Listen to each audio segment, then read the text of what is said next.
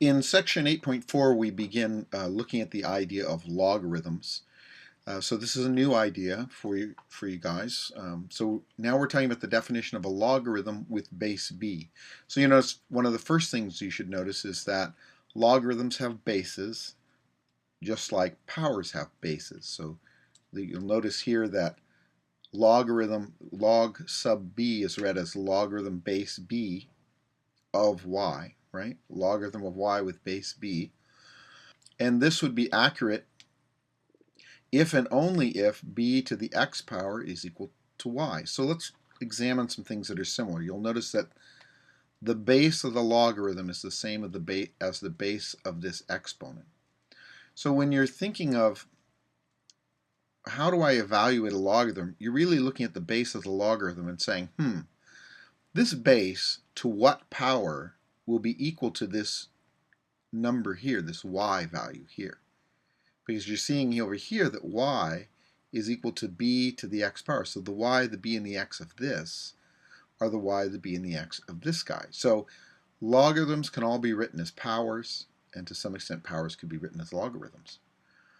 So the expression this expression is read log base b of y. Okay, so as I mentioned a little earlier. So if you want to think about moving between logarithmic form and exponential form, right, this is saying 2 to what power equals 32? Well, 2 to the 5th power is 32. So you'll see that 2 to the 5th power is 32. Right? 5 to the 0 power is equal to 1. 10 to the 1st power is equal to 10. 10 to the negative 1 power is equal to 1/10. And 1/2 to the negative 1 power is equal to 2. So anytime you're looking at evaluating a logarithm, it's about the relationship of the base to the object of the logarithm. So it's this item to what power will equal this item. Okay? So what you need to take away from this is an item can be written in logarithmic form, and it can also be written in exponential form. In fact, the reason that we're working with exponents and logarithms in the same chapter is because they're very, very closely related. Okay, so if I want to simplify these problems, again, that's what I'm going to be thinking to myself. I'm going to say to myself, 1/5 to what power is equal to 25? So this problem and this problem are the same. And when you think about exponents, remember that positive exponents are going to make something grow. Negative exponents will invert things, and fractional exponents will tend to make things become smaller. So you'll notice that if I want to switch from 1/5 to 25, I need to invert that 1/5. So I know my exponent's going to be negative. And then I also need to go from 5 to 25. So this will be 1/5 to the negative 2nd power is what's equal to 25. Okay? 8 to what power? 8 to what power will equal 1? Well, anything to the 0 power is equal to 1. So this would be equal to 0. This one was equal to -2. 0. 5 to what power equals 125? Well, that's 3, because 5 to the 3rd power is equal to 125. And 4 to the 2nd power is equal to 16, so this one simplifies to be 2. Okay, so when you're looking at these, trying to simplify a logarithm, the base to what power is going to equal the object. That's what you're trying to figure out. All right, some special logarithmic values. So the logarithm of 1 is always equal to 0 because any number to the 0 power is equal to 1. And when the base and the object match, you'll know that the logarithm base b of b is equal to 1 because something to the 1st power will be itself. Okay, so these are a couple of simple cases. And then also, you will notice on your calculator that you'll have a button that a couple of buttons for logarithms. One just says log and one says ln. So those are common bases. Log is base 10 and ln is base e. So log base 10, because we're working on a base 10 number system, is called a common logarithm. And a logarithm base e is called a natural logarithm. So log base 10 can be abbreviated as just log. That's what you find on your calculator. And log base e can be abbreviated to be ln. You also will find that on your calculator. These are the most common logarithms that we will use. Later in this chapter, I'll show you how to use your calculator to find a logarithm of any base. But for right now, we're going to focus on simplifying without the calculator or working with common and natural logarithms. Also, in your textbook on page 488, there is some information that the book does not draw very much attention to, and it's vitally important to this section, so I want to bring this to your attention. You'll find this on the top of page 488, and I want you to pay very close attention to these items because they talk about these being inverse functions. And what's important then is they guide you in terms of how you go about solving equations. Later we're going to work with equations involving logarithms or solving for x when x is an exponent, and these become your guide in terms of how you go about it. So again, this is on page 488, and you need to be very familiar with these items. Okay, and the way that kind of would work is that if I have a situation like b to the x power is equal to something, let's say I'm just going to say that it's equal to, I don't know, y. Remember, the goal here is when we want to solve for x, I need to get x to be to the first power. So I want it to be x equals. So how do I get rid of this base b? This is your guide for how. If I do a log base b to either side of the equation, log base b of b to the x power is equal to then to log base b of y. Right? If this is equal to that, I can do a logarithm base b of either side of the equation. And I do that because when you think of this, b to what power is b to the x power? Well, it must be x. Right? This logarithm eliminates the base of the power and results in just the exponent.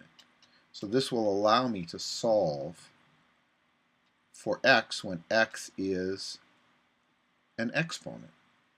And equally, the other item is my guide. So what do I do when I have log base b of x is equal to y?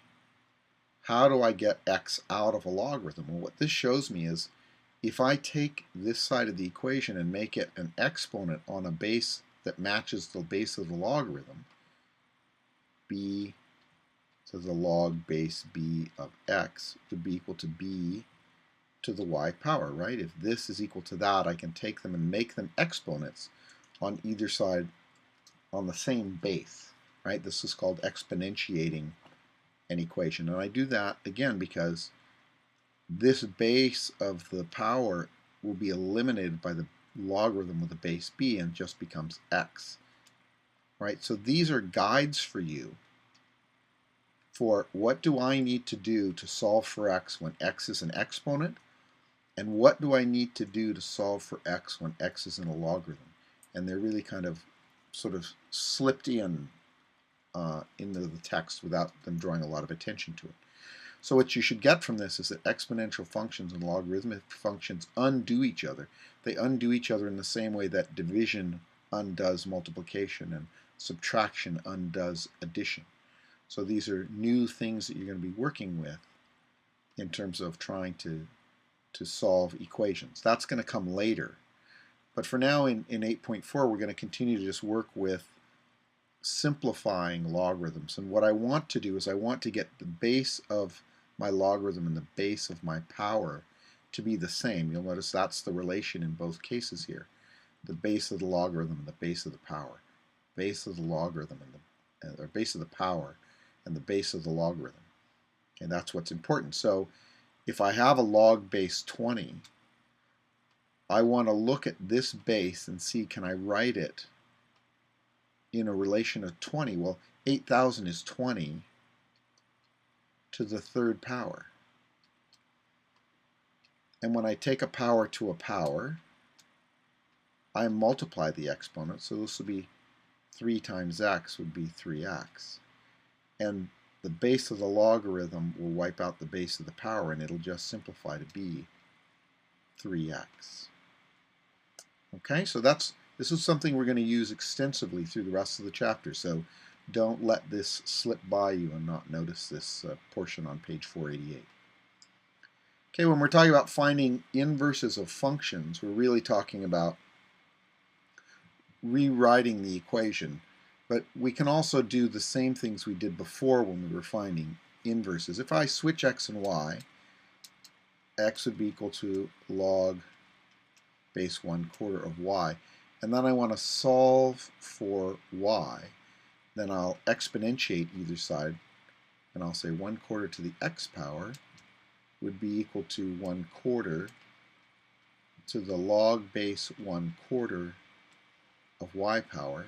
And here the base of the power will eliminate the logarithm with the same base, so this will just be equal to y.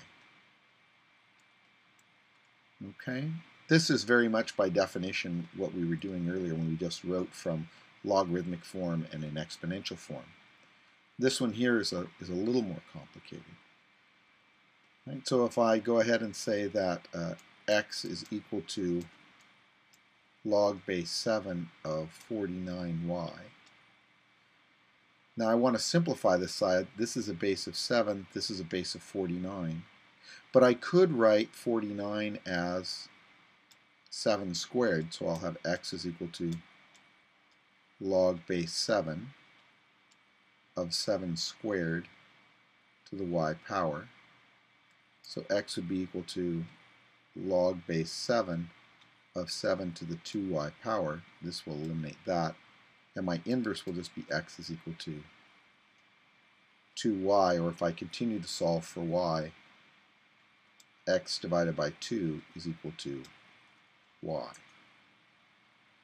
Okay, so same situation we had before with inverses. I switched the location of x and y, switched the location of x and y, and then proceeded to solve for y. But what was new? What was new was this idea here, that if both sides of my equation are equal, then I may make those two sides of the equation exponents on the same number, right, with a base of the same number. And equally, I can, now in this case, I really just simplified this guy. I didn't actually introduce anything new. Okay, so this is a new step. I can exponentiate either side of an equation, and I can also introduce a logarithm on either side of an equation to help solve.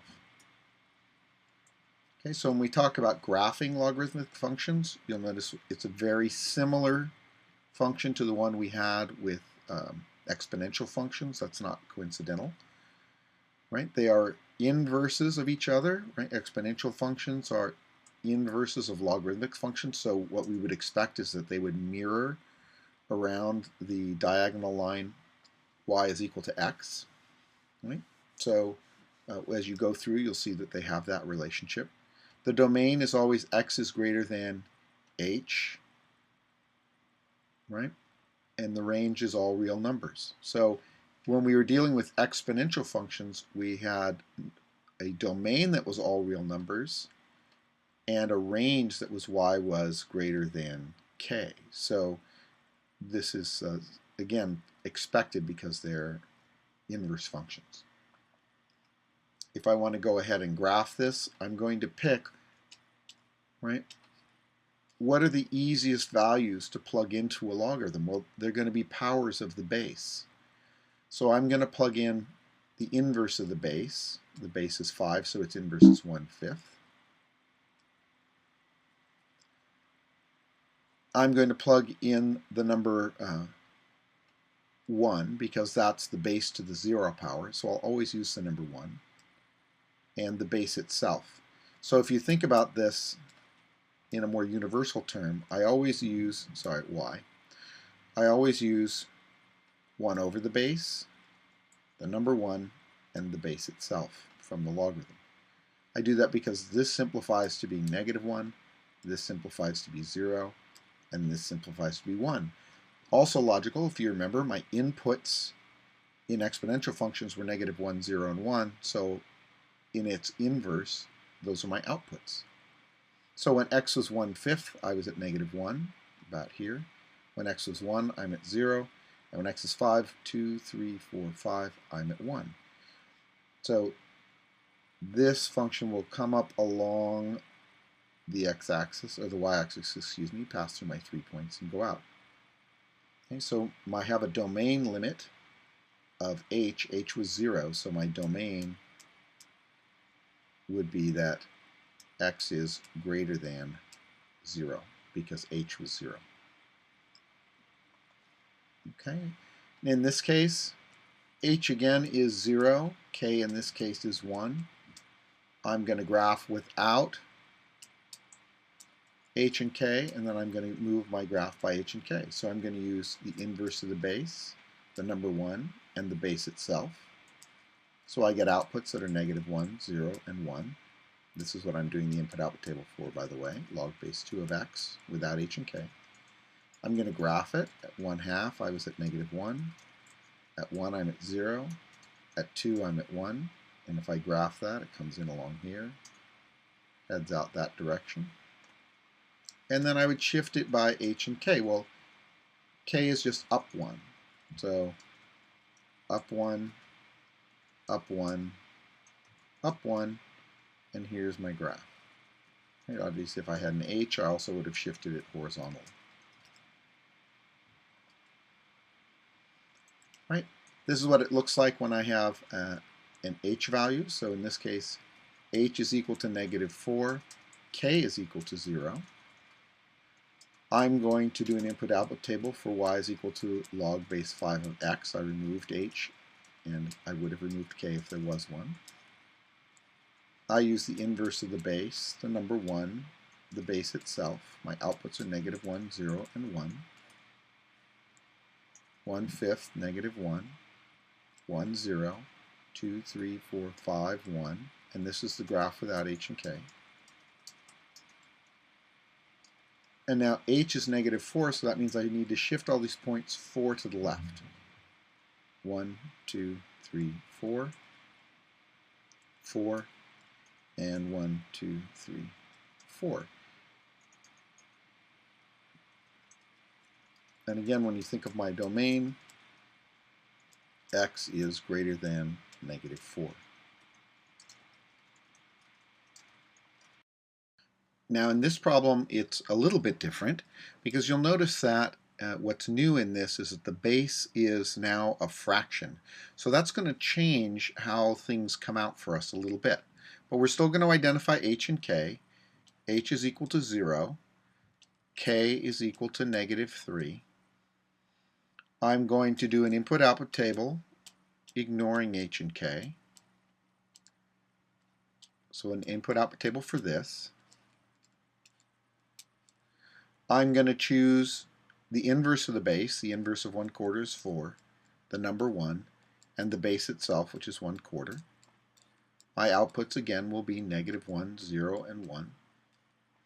When I plot that, I'll be at 1, 2, 3, 4, -1. And at 1, I'm at 0. And at 1/4, I'm at 1. So you see that this pattern is different. This one comes in from the top, comes in along the y-axis, and goes out through my 3 points. Okay, so when I have a fraction for a base, it flips this over. Now remember, with exponential functions, when I had a fraction for a base, it became a decay function. So there's an alteration when you've got a fraction involved as the base. In this case, it flipped it over. In the case of exponential functions, it was either exponential growth or exponential decay. Okay, so now that I've graphed it without h and k, I'm going to shift by k, so I have a zero horizontal move, so no h, and I shift everything down 3. So 1, 2, 3, 1, 2, 3, 1, 2, 3, and 1, 2, 3. And it comes in along here and out like that. Okay, so that's working with logarithms, graphing logarithmic functions, and that's the end of 8.4.